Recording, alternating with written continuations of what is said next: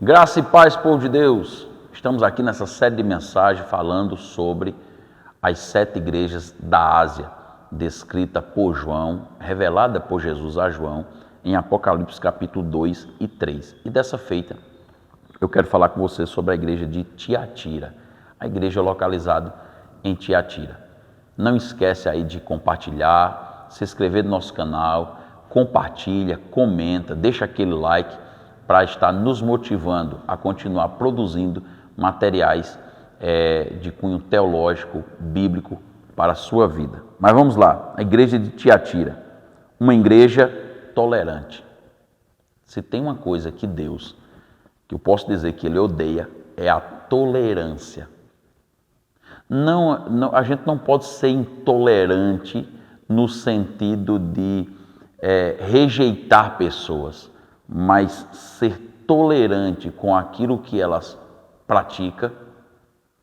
A gente está dando asa para fazer como eu falei na igreja passada, que a gente explicou no vídeo passado.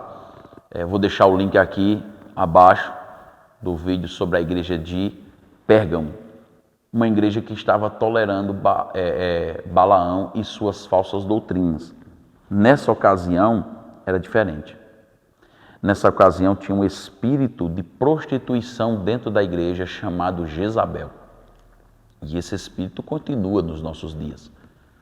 O espírito de Jezabel, porque ela faz referência a uma mulher do Antigo Testamento, esposa de Acabe, sacerdotisa de Baal e Azera.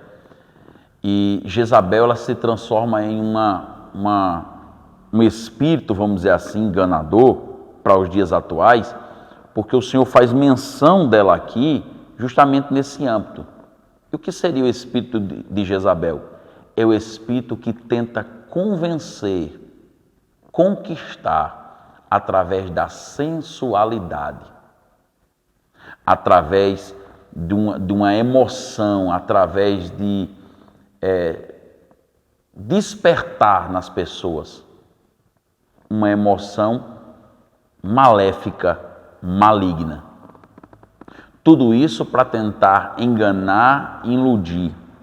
O Senhor chega a dizer aqui, a partir do versículo 18, do capítulo 2 de Apocalipse, até o versículo 29, que vai falar sobre essa igreja, ele vai chegar ao ponto de falar sobre prostituição, que esse espírito de Jezabel estava fazendo o povo se prostituir. E é interessante isso. Quando Deus fala de prostituição, Ele está falando justamente de você ter contato, e aqui no caso espiritual, ter contato com vários espíritos, né? Você tentar namorar o Espírito Santo, se eu posso usar essa palavra, e ao mesmo tempo namorar o Espírito do mundo. Você cochear entre esses dois caminhos. Um pé servindo a Deus e outro pé servindo ao mundo. E isso, para Deus, é prostituição. E Deus é um Deus zeloso, ao ponto de dizer, não terás outros deuses diante de mim, antes de mim, nem depois de mim. Ele está dizendo, você não vai ter outro Deus quando eu não estiver perto de você, ou quando eu estiver perto de você pensando em outro Deus, ou quando eu estiver longe de você. Ele pede exclusividade nossa. Deus é um Deus zeloso, é um Deus amoroso, mas Ele pede exclusividade, minha e sua. Onde está o nosso coração? Onde está o nosso pensamento quando estamos com Deus? Foi isso que Ele testou o coração de Abraão, quando Ele pediu o seu filho Isaque. E aqui essa igreja estava tendo isso, um espírito a serviço de Satanás para iludir os crentes.